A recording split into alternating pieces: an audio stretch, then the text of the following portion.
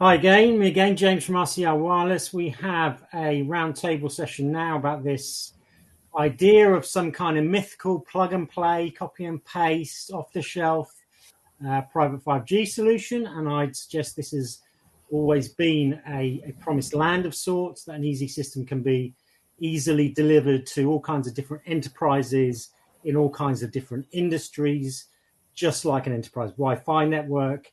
And that way, private 5G gets to go into the mass SME market, the great engine room of the global economy, and everywhere else.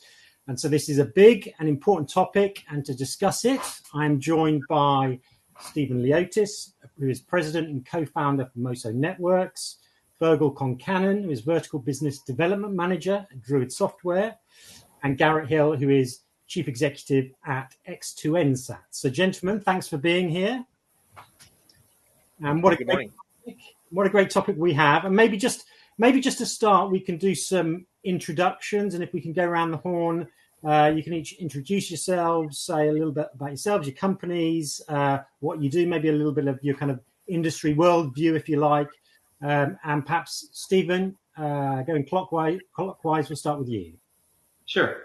Yeah, thanks a lot, James. So appreciate the introduction, the opportunity to chat on this important topic on how we can grow private 5G and make it more accessible.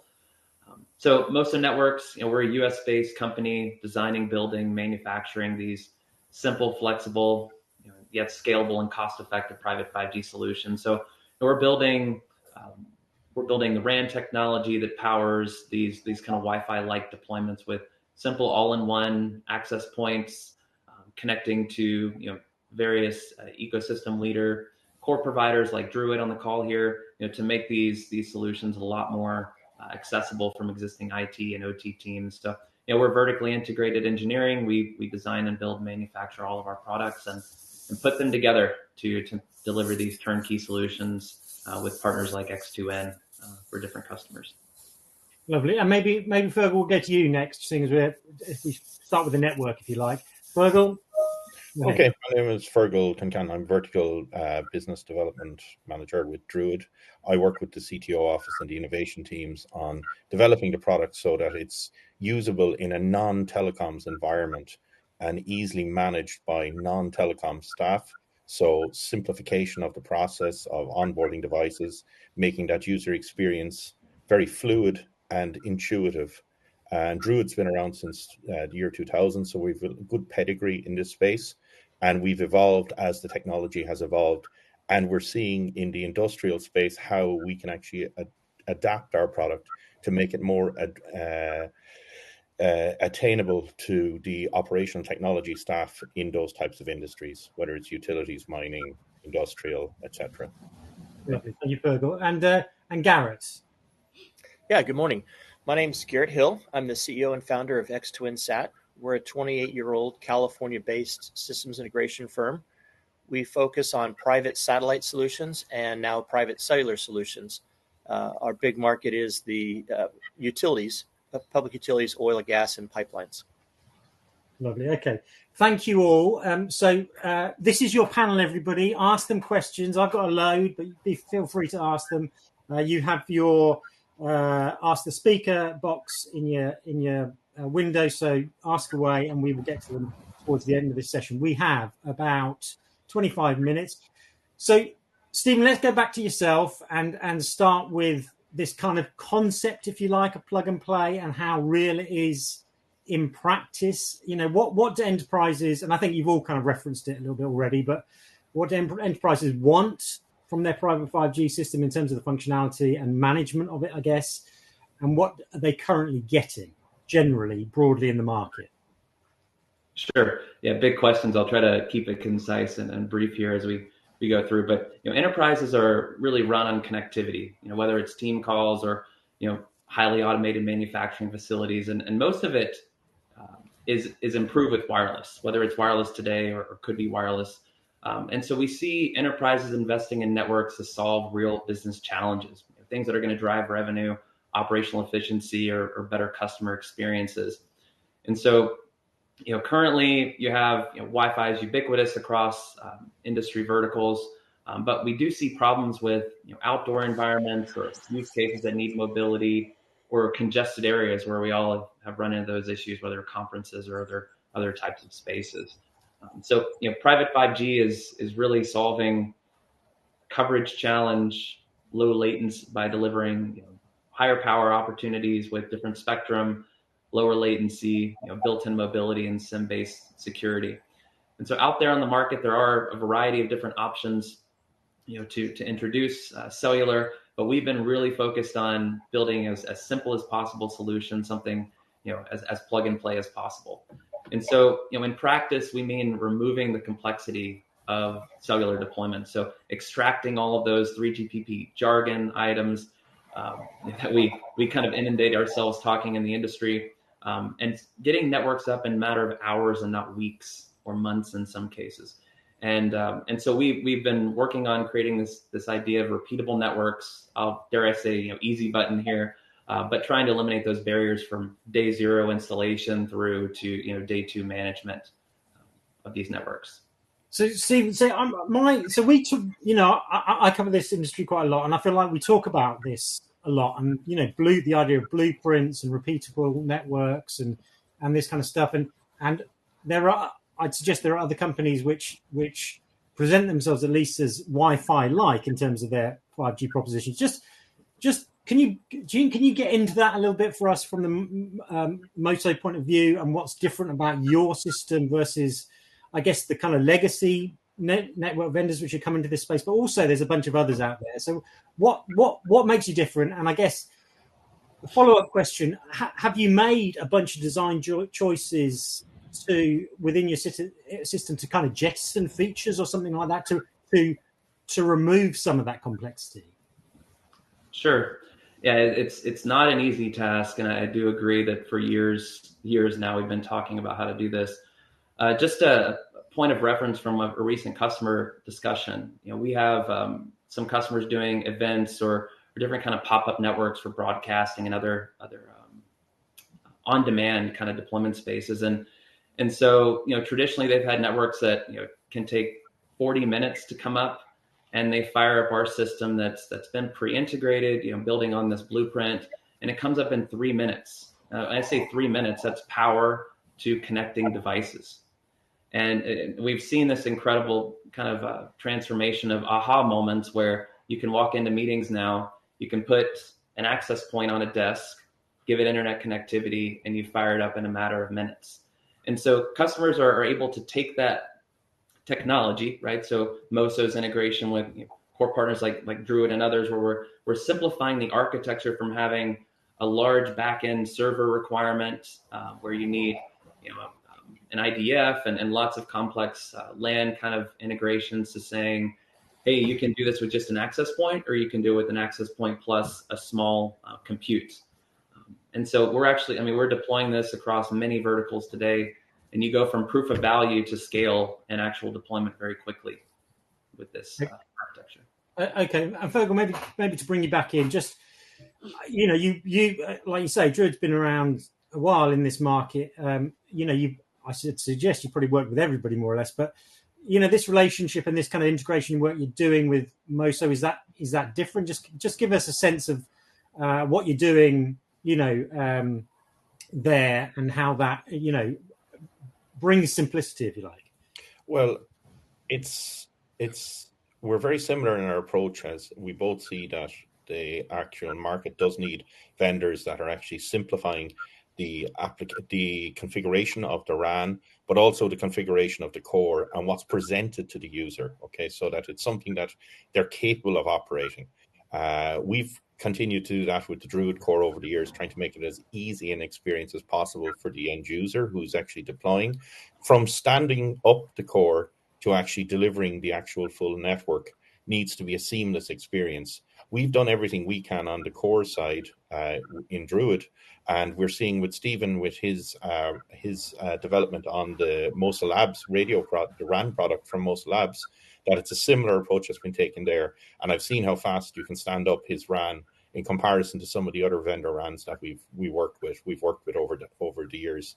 And again, it does come down to knowing the type of market that you're selling into and understanding the type of person that's going to be looking at your product. So that's what we've tried to do, and we try to engage as closely as we can with people in these different industries. So one of the reasons I was hired into Druid was for that experience that I had in different verticals. And Druid has taken on a number of other people from different verticals to ensure that we understand who we are dealing with and what their requirements are. So, I mean, it's interesting because I'm speaking to David in a moment from Druid about about this idea of time-sensitive networking over private 5G, which is obviously an OT concept, but it sounds hugely complex, and the complexity you're putting into the core network, I'm guessing there. But this is the opposite. This is about abstracting that complexity, at least on the RF side and the cellular side. Correct? Yes, but again, even with the TSN, in order to deliver TSN, the user experience will still have to be something that's approachable by OT staff. So even though it's something very complex that's going on under the hood, what's on the surface is going to be quite straightforward and easy to use. So there's two approaches. You're supporting all the features through the actual back end of the core, but what you're presenting to the end users, so they're not lost. They're not lost when they look at a screen. They're not lost in the terminology that you're using. You're trying to make that terminology simpler, so when they look at it, they know they're setting up a network. It's not going to be using 3GPP terms on the front end. It's going to be trying to speak a language that's plain English so that people can understand it. So even though you're doing something complex, in fact, any of the things that we're doing are complex, but it's how you actually present those to users, how you group the different features together to simplify that deployment model. So how much of this, just kind of as an aside almost, it reminds me a little bit of when Orange came out back in the day, or in fact Virgin Mobile in the UK, and it produced these kind of how-to guides to go with your phone, and very, very simple, kind of almost like a kid's book type of thing. And that was in terms of marketing, that was a good thing. How much of this is about that type of a process, and how much of it is getting into the nitty-gritty in the architecture and kind of actually deconstructing that, if you like, and simplifying what's going on there? I guess that's a question for Fergal and Stephen as well. Yeah, I would say from the complexity is, once you know your vertical that you're actually delivering the solution into, the types of use cases that they would have can be fairly evenly broken up into different types of groups. So if it's AGVs, if it's cameras, if it's end users using a handset, if it's someone using a data device, you can actually easily work out what type of group they should be in. So actually trying to create a more plain English version of those particular use cases, so that you can actually have all the back end stuff to fill in on that. If you look at the Druid core, it's like looking at a very simple NMS to actually begin the configuration of it. So it really is just about keeping it simple and understanding the market that you're selling into and what their skills would be. Yeah, lovely. I think I just froze there, so I'm a bit worried I'm going to lose a connection. Hopefully we're all right. But anyway, so Gary, let's bring you in, because you're the kind of the boots on the ground, if you like, putting these systems in the field. Just can you talk about your experience of it? How plug and play this is? I mean, we've heard Stephen talk about 3 minutes, sounds like completely plug and play, but what's your experience of it when you're, with the enterprise, putting stuff in? Yeah, sure. So, the way I look at it is the cellular market's very mature, and the legacy vendors were providing very large, very complicated software and hardware for the business case of a carrier, of an AT&T or Verizon or Orange. And what they're using it for is very different than what the enterprise looks at. So the enterprise is very focused on compatibility and predictability and security and organization. It's a very controlled environment. And so with vendors like, Moso and Druid, knowing their space, they said, well, what does the enterprise really care about? How does the enterprise see it? An enterprise might not have a team of 400 people managing the RANs, right? It could very easily just be a part-time job for one IT person to manage these networks. So they didn't have to have a lot of the legacy that have been designed over the last 20 years in the big cores or in the really large RANs. The expectation is that the existing IT staff is going to be able to get trained up very quickly and be able to deploy these. And it's very similar to technology they already use today. And I think that's what makes it very approachable. There's still a couple things to learn, and you have to understand the power of having a SIM and how you can handle security versus like Wi-Fi security. And that gives you a lot of flexibility to architect how do you want to control your assets? How do you want to control your users or your applications like voice or IoT data? And what kind of security threats you're really concerned with? Are they physical security threats, meaning someone getting access to the equipment, or is it interception in the wireless? So, I think there are really two different types of products that come from a different perspective. And you can start very small with them. You don't have to get into the multi-million-dollar initial buy. And you don't have to think about every little aspect of cellular at the beginning. You can just jump in and start doing things, and you can evolve it as you go. And I think when we say simple, I see it more as flexible in that you don't have to have a stake in the ground on every little decision day one and then get trapped, a year or two into your deployment where, now you've got a big cost or a major forklift upgrade that you've got to do. Yeah. Okay. I mean, how much, I guess the question for you as well is how much integration work, bespoke integration work there is left after your, that. I mean, you mentioned the SIM security and some of those types of things, but does it reduce drastically? Yeah, it's probably closer to consulting than it is integration. In the older systems, we used to have to write a lot of software. We used to have to make a lot of really heavy modifications. With this, it's just more configuration. And then doing some consulting with the client to understand their preferences or what their goals are. In terms of, again, actual keyboard touching, having to configure things, there's just not a lot that needs to be done in that fashion. I think that's what, when people say simple, that's what they mean.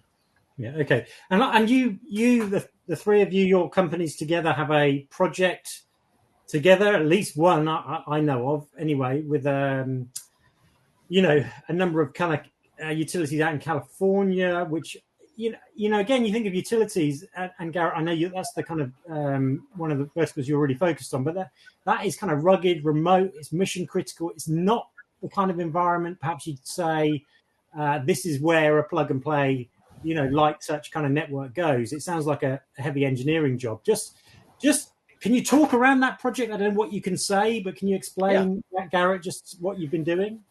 Yeah, so we're dealing with a number of utilities, both the West Coast and East Coast of the United States.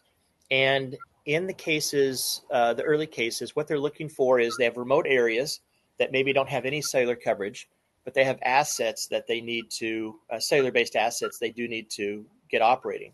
And so what we've done is put in satellite systems, usually a LEO-type satellite system that does the backhaul, and then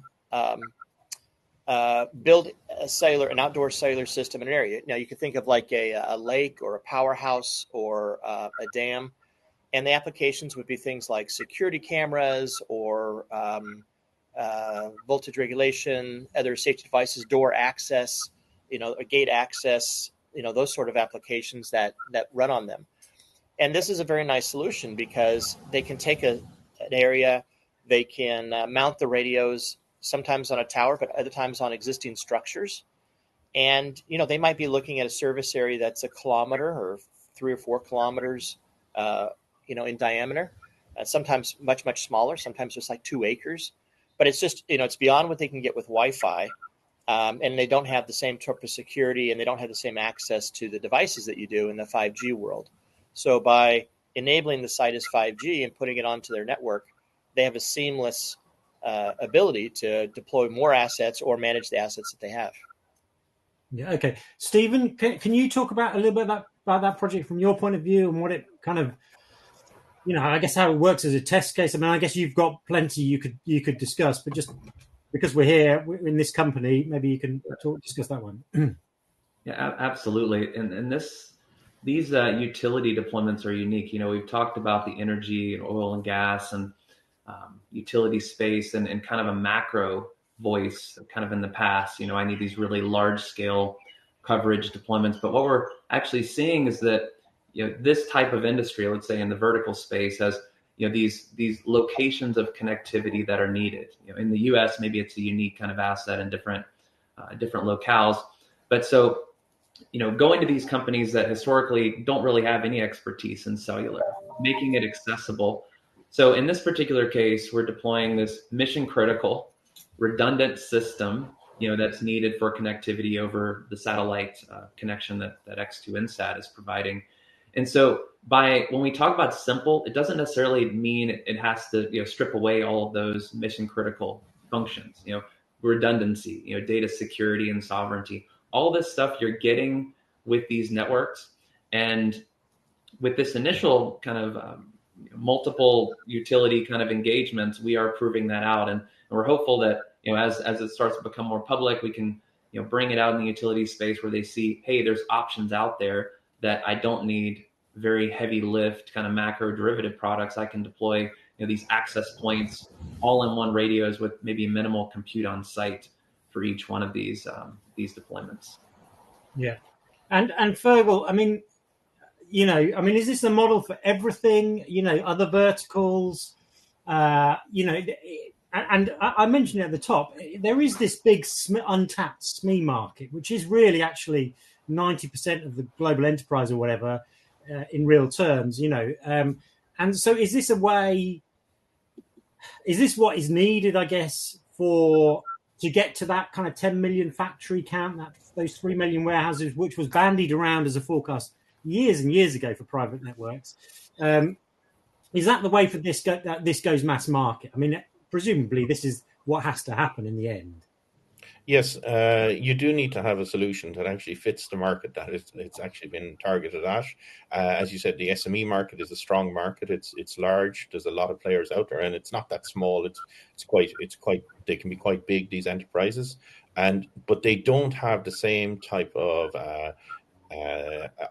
network staff that you would have in a very large corporate.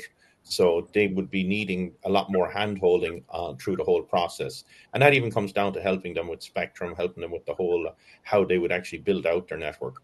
But being able to drop in small networks where needed that are easy to deploy without much pain for the end user, that's key, whether it's in utilities, whether it's in mining, whether it's in warehousing, whether it's in industrial manufacturing or ports, those verticals.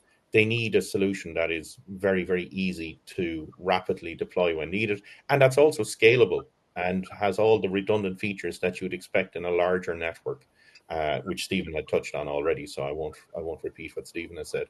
But it's key that you have all those functions. And just because someone is a small to medium-sized enterprise doesn't mean they shouldn't have the same feature sets as a large entity. Yes. We've got 5 minutes. There's a few questions coming. We are open for questions, and I will try to get them.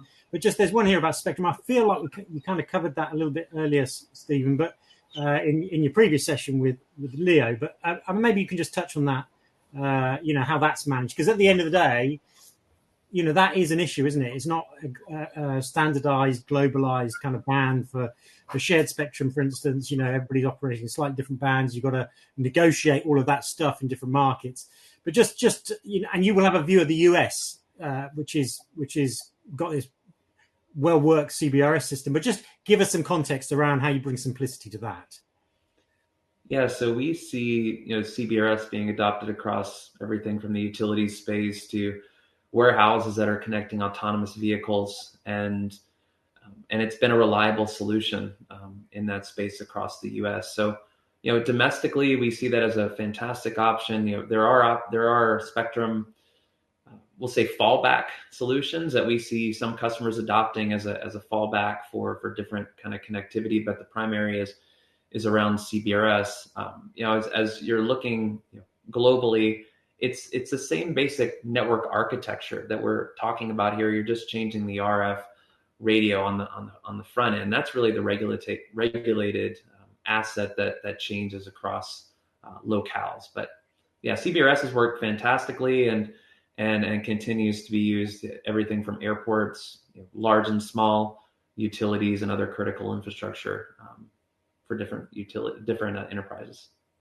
Okay, and we got a question here from Osman who asks about, and maybe this is something that will come up with Fergal's colleague in a subsequent session about which is specifically about, the sharp end of kind of OT with managing kind of deterministic kind of networking and SCADA devices and all this kind of stuff, how you connect the actual production systems, I guess. But Fergal, I mean, the question here is around about the connectivity to OT systems and what kind of sensors and end devices that are connected to 5G network. You get the gist. I mean, what's going on these things from an OT point of view? Okay. Well, initially with 5G, it had a bit of a slow start because it was all high throughput devices that it was aimed at.